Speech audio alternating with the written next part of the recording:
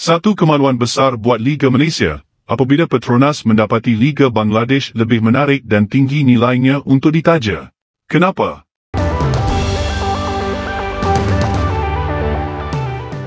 Ya, sebuah berita menghebohkan negara tetangga di tengah memanasnya skandal pemalsuan dokumen pemain naturalisasi. Terkini berita gempar di negara tetangga, di mana Petronas sempat dikabarkan sebagai sponsor utama Liga Sepak Bola Bangladesh. Berita tersebut disebarluaskan melalui berbagai platform media sosial, salah satunya akun media sosial yang mengklaim dari Bangladesh yaitu akun X Bangladesh Football League, serta beberapa akun media sosial lainnya dari Bangladesh.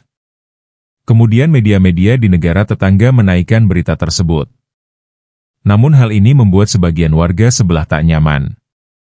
Selanjutnya terbaru muncul juga berita, bahwa pihak Petronas membantah berita yang beredar dan mengatakan hal tersebut adalah hoaks. Ragam komentar disematkan pada beberapa platform media sosial. Namun herannya Indonesia dibawa-bawa oleh oknum netizen yang begitu mudah menuduh negara lain. Kenapa mesti Bangladesh? Beratus Liga kat dunia kenapa Bangladesh? Dah faham kan siapa punya kejir? Konoha-konoha sampai macam tu sekali idiknya. Dia ingat Petronas ni miskin macam dia punya Pertamina ke sampai sponsor Liga Bangladesh. Bro mudah percaya dengan edit negara seberang. Anak buah Probo lah siapa lagi? Jahat sungguh Konoha ini. Letak Pertamina.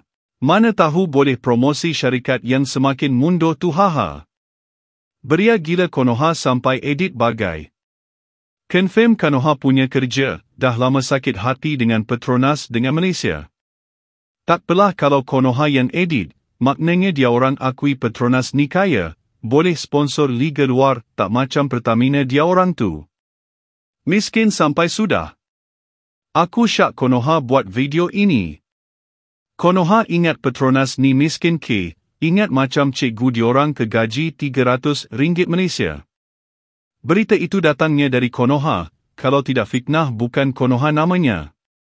Susah kalau dalam hati ADE hasad dengki, Konoha-Konoha, come on lah jadilah Konoha yang berhati bersih sikit. Berita Konoha biasalah tak ada kepentingan pun taja kat Bangladesh bukan pengeluar minyak dan rasanya diorang tak guna Petronas pun. Tengok kelas lah bro. Bangladesh sekelas Konoha mana Petronas nak pandang. Siapa lagi kalau tak fitnah Malaysia kalau tak jiran sebelah tu. Macam manalah orang nak percaya, yang pelik media pun up cerita ni, aduyai.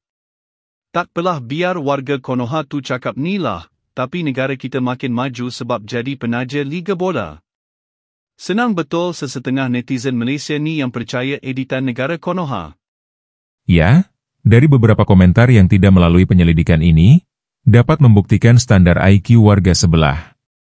Mereka berkoar-koar dan menilai IQ warga Indonesia, namun nyatanya IQ mereka sendiri tidak seperti yang digembar-gemborkan. Tanpa suatu penyelidikan lebih mendalam, tetapi menuduh orang lain yang membuat berita palsu. Sementara berita ini awal mulanya diteruskan oleh media-media di negaranya sendiri. Sehingga dengan tudingan tanpa dasar ini, tidak hanya dinilai dari sisi IQ, tetapi juga EQ dan SQ-nya yang di bawah standar. Ketika terjadi sesuatu yang menggemparkan di negaranya, Indonesia dibawa-bawa dengan ragam narasi komentar yang picik. Nah, hal ini sama seperti awal mula ketika mencuatnya skandal dokumen palsu, yang kemudian membawa FIFA menjatuhkan hukuman kepada federasi sepak bolanya, dan 7 pemain naturalisasi bodong. Indonesia awal-awalnya dituduh sebagai salah satu pihak yang melapor. Ragam cuitan tuduhan, juga disematkan oleh netizen sebelah. Malaysia ditertawakan dunia bola sepak. FIFA, Badan Induk Bola Sepak Dunia, umumkan yang negara kita mendaftar pemain-pemain dengan dokumen palsu.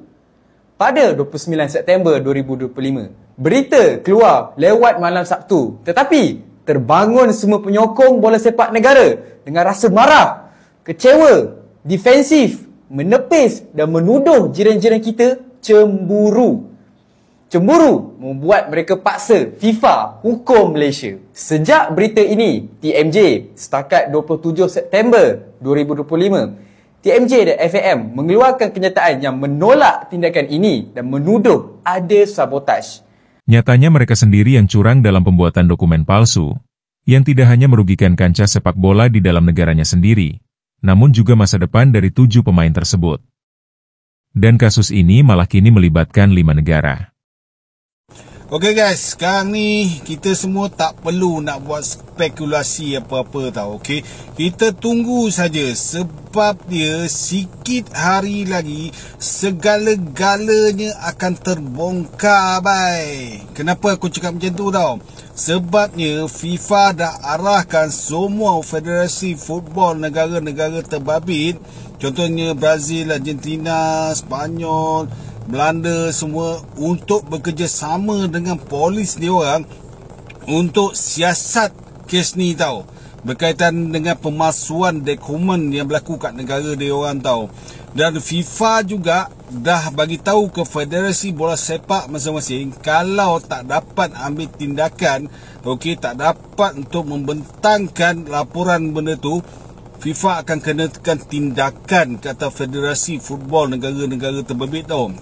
Maknanya, okey, semua pemain-pemain ni akan disiasat di negara-negara terbabit tau. Okey, bila dah disiasat, of course lah, kalau polis dah masuk campur negara-negara terbabit, okey, kalau Malaysia ni kira okey lagi lah kan, sebab negara yang tu. Jadi kalau macam Brazil, Argentina, Spanyol apa semua dah panggil dia orang ni semua, of course lah dia orang ni akan of course lah, semua akan jadi takut, semua akan bongkar, semua akan cakap benda yang betul.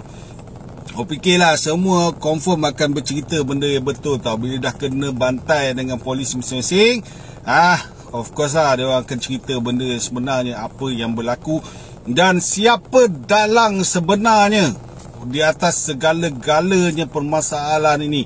Okey, kita hanya tunggu dan lihat, kita tengok siapakah yang akan buka mulut dulu tau.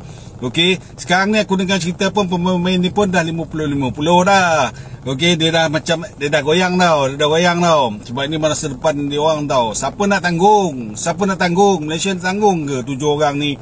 Gaji dia bertahun-tahun, lepas tu dia punya masa depan dia, Malaysia nak tanggung ke tak? Tak ada maknanya. Kita tengok je nanti. FIFA sekarang ni dalam dia punya lebih kurang kita boleh kata alasan penghakiman yang setebal 60 muka surat, dia desak untuk Persatuan Bola Sepak pemain yang terlibat tu untuk buat laporan polis disebabkan ada pemalsuan dokumen yang berlaku. FIFA memang dia pandang benda ni tersangat serius dan akhirnya daripada isu sukan dah membawa kepada isu jenayah. Pemain yang terlibat bukan saja karier dia orang musnah dalam masa terdekat, ke laporan benar-benar dibuat kepada pihak berkuasa mungkin akan jadi sabitan jenayah pula, sebab memang di peringkat antarabangsa pemalsuan dokumen ni memang dipandang sangat-sangat serius. Kau bayangkan sijil lahir, kau bayangkan kalau semua orang boleh guna sijil lahir palsu secara berleluasa, apa yang akan jadi kat dalam dunia ni. Semua orang boleh buat ikut suka. Silakan satu dokumen palsu untuk dia bebas melakukan apa saja yang dia nak. Komite Disiplin FIFA memerintahkan sekretariatnya untuk segera melaporkan temuan pemalsuan dokumen ke otoritas kriminal di Malaysia, Brasil, Argentina, Belanda, dan Spanyol. Mengingat sifat dan tingkat keseriusan pelanggaran, terutama pemalsuan dokumen resmi, Sekretariat FIFA akan mengambil langkah untuk memberitahu otoritas hukum yang berwenang di 5 negara tersebut. Sehingga hal ini menjadi presiden buruk, karena untuk pertama kalinya dalam persepakbolaan dunia, FIFA mengaitkan kasus naturalisasi ilegal dengan tindak pidana lintas yurisdiksi 5 negara. Nah, kini kembali kepada urusan sponsorship yang menuduh Indonesia yang membuat berita palsu. Sementara mereka belum melakukan penyelidikan yang mendalam. Kita akan menantikan berita lebih lanjut dari 2 isu tersebut. Jika memang orang Indonesia yang membuat berita palsu ini, maka itu akan menjadi tindakan yang memalukan. Namun jika tidak, maka itu adalah tuduhan yang mencemarkan nama baik suatu negara.